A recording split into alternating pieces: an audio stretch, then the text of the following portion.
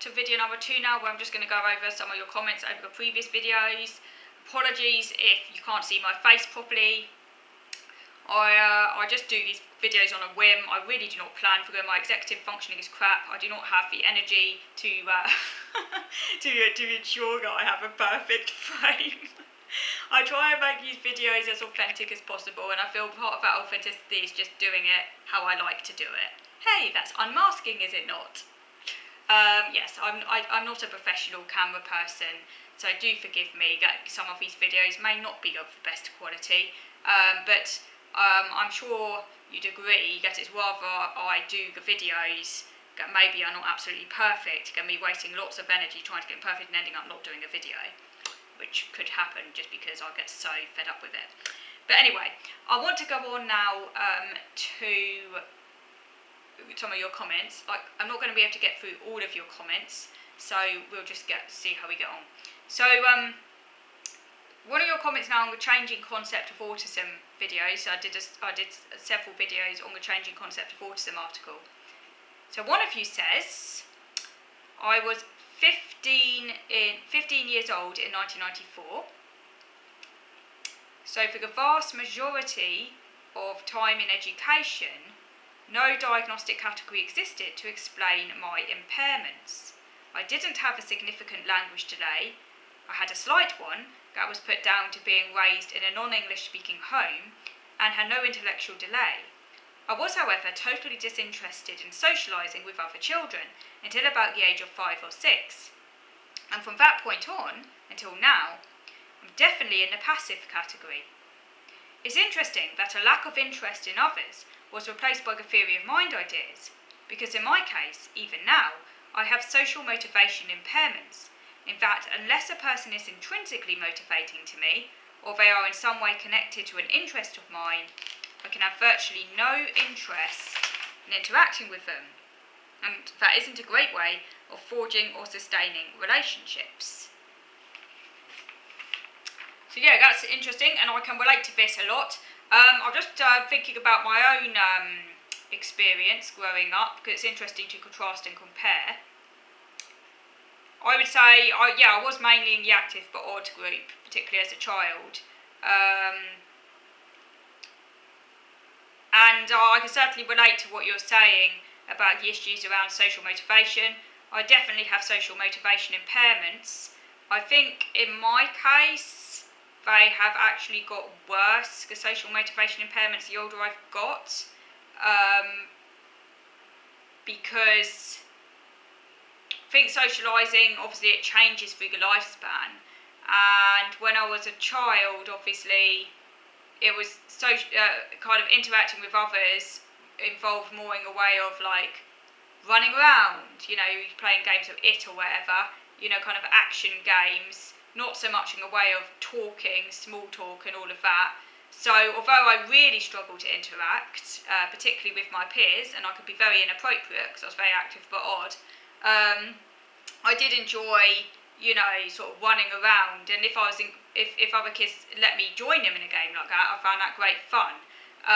So I had a kind of like motivation in the sense of, I certainly enjoyed playing with other kids when I was accepted into their group.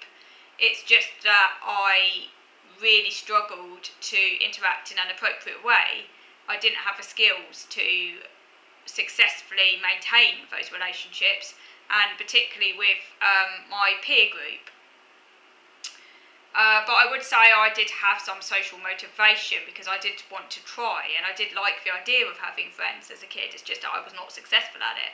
But as I say, as I've got older, the social motivation I had has just evaporated, and now I really, really struggle to summon up the motivation to interact with people. I just find it so laborious, unless, exactly as you just put it, unless they happen to be intrinsically interesting, intrinsically motivating to me.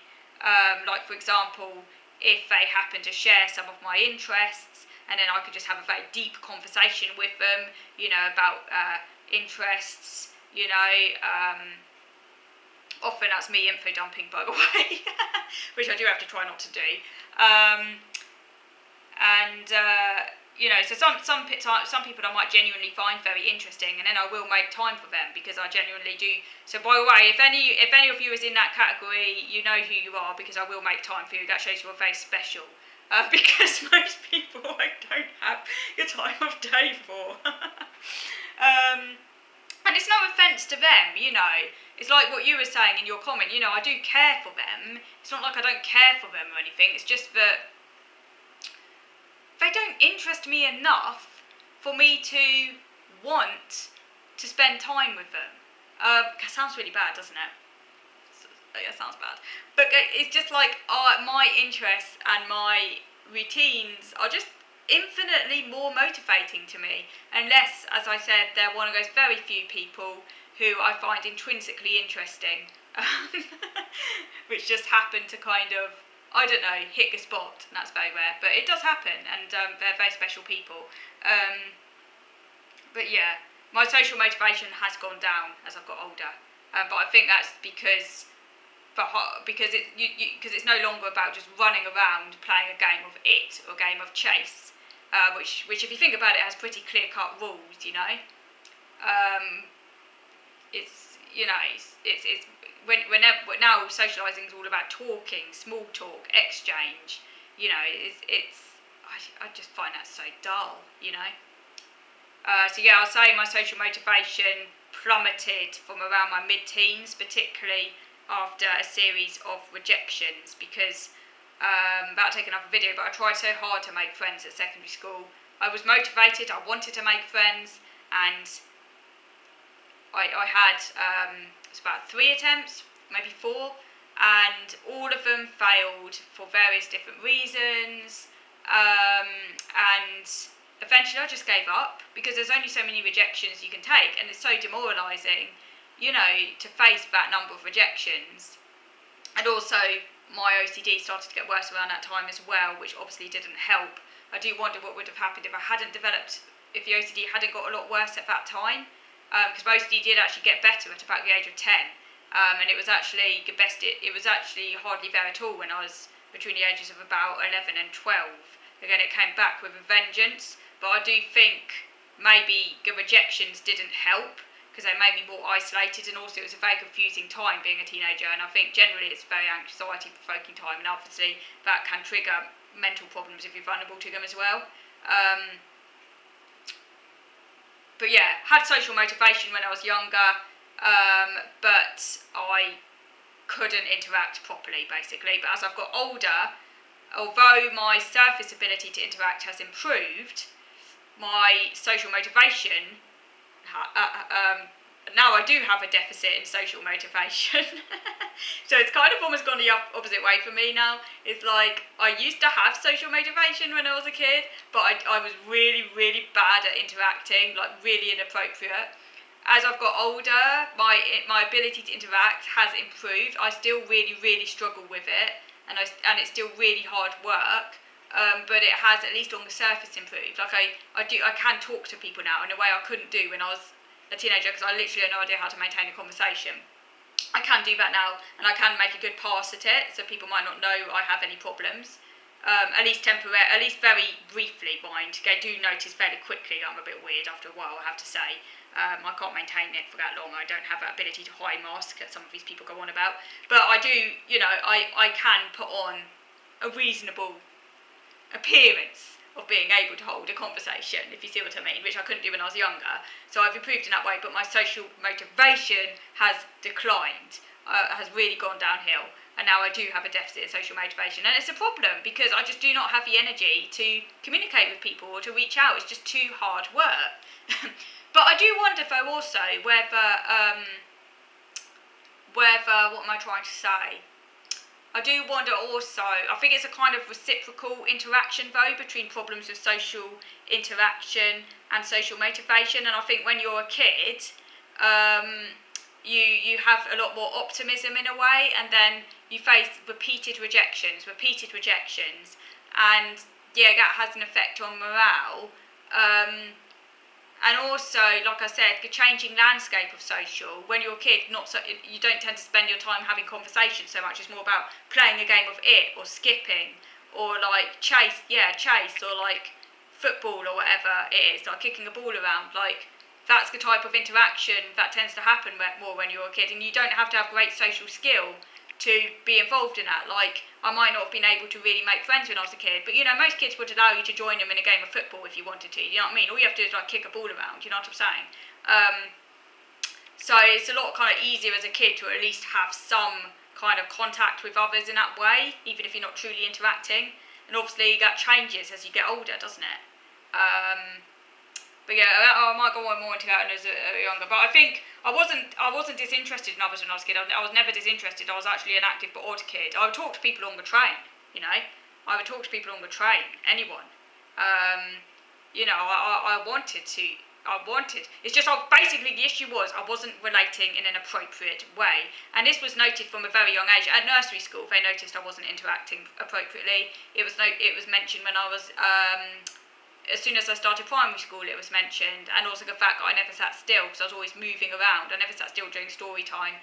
I was always moving around. I did actually have a friend at nursery school though. There was a girl. She was about a year younger than me. And we used to play this game where we just hid from the teacher. So every time a teacher walked down a corridor, we'd hide under a chair. It was a game called Hiding from the Teacher, and we found it really fun. Just I'd hide under the chair whenever the teacher came. And I actually thought of her as my best friend. I would have been like about 3 at the time, 3 or 4, and I thought of her as my best friend. But then when I started primary school, she was no longer my friend, even though she went to the same school, but bear in mind she was a year below me. We were no longer friends then. And I started primary school, I literally had no one to play with. I was completely on my own, which is why teachers had to find 2 older girls to play with me. And that was kind of like the story throughout most of primary school, is I was basically a loner. And I didn't actually make a peer group friend until I was 9 years old, and that didn't last either. But that's a story for another video. Anyway, moving over to the next comment now. So another comment. You say that it's fascinating as you went from being utterly disinterested in other children. So again, that's different to me. I was always interested in other children. It's just that I didn't know how to interact with them appropriately. I really wanted to interact with them, but I didn't know how to. And often I was just like really overwhelmed as well. So I was often on my own, not because I wanted to be on my own, just because I didn't know how to join in. So that's different to me. But like I say, I was very much in the active but odd category as opposed to passive or aloof. It's gone the other way now a bit though. Now I've become a lot more aloof. But like I say, I think that's down to just lack of morale and just finding, and as an adult, and the type of socialising you do as an adult is just all talking, which I just don't have any time for unless it's a deep subject. So you said that it's fascinating because you went from being utterly disinterested in other children to wanting to be involved when you were older. So when you were older, in other words, you did want to become involved, but you started off being disinterested, but you were then rejected because of your behaviour. When you were a child, other children didn't want to discuss things I read in reference books and just wanted to run around screaming. I would have been one of those annoying kids, by the way, running around screaming. I was always running around screaming. I also used to stand in the playground just screaming randomly. I don't actually know why. It must have been really annoyed the teachers because I would just stand there screaming. And yeah, I was one of those very active, energetic kids. So I didn't really, that was me. So you say I was very much a little professor stereotype of Asperger's. As a teen, children finally stopped running around and actually had conversations. However, it was mostly about things that were unrelatable, like wanting to date and fashion. Yeah, I don't have any time in dating. I mean, that's just so boring, isn't it? Dating and fashion. I mean, God, how tedious, you know? You say, I tend to stay really busy and distracted as much as possible because autism, can't read my handwriting, is horrifically lonely, no matter how you look at it. I don't even relate well to other autistic people for the most part, which is something else that really makes the neurodiversity claims that it is a wonderful thing with community get extra bit more painful. Yeah, I completely relate to that. For me, I also struggle to relate to other autistic people. I mean, I struggle to relate to anyone. It doesn't matter what diagnosis they have. And there are some autistic people I do get on with or have got on with, but it's not because they're autistic, it's just because I happen to get on with them. I don't find this whole community thing that people in the neurodiversity movement go on about. that I completely get that. I find that really alienating because I just can't fit into it, and it just makes me feel rejected again, just like I was at school. You know, like this clique. It's basically like a clique, isn't it? Clique. That's a word. And I just can't fit into it. So yeah, I completely get you. Another comment: I was in the active but odd bracket and missed during my first assessment. This was in 1994. When after DSM-4 was released, and old people who evaluated me had decades of experience and were in the process of closing their practice. You had weird speech development,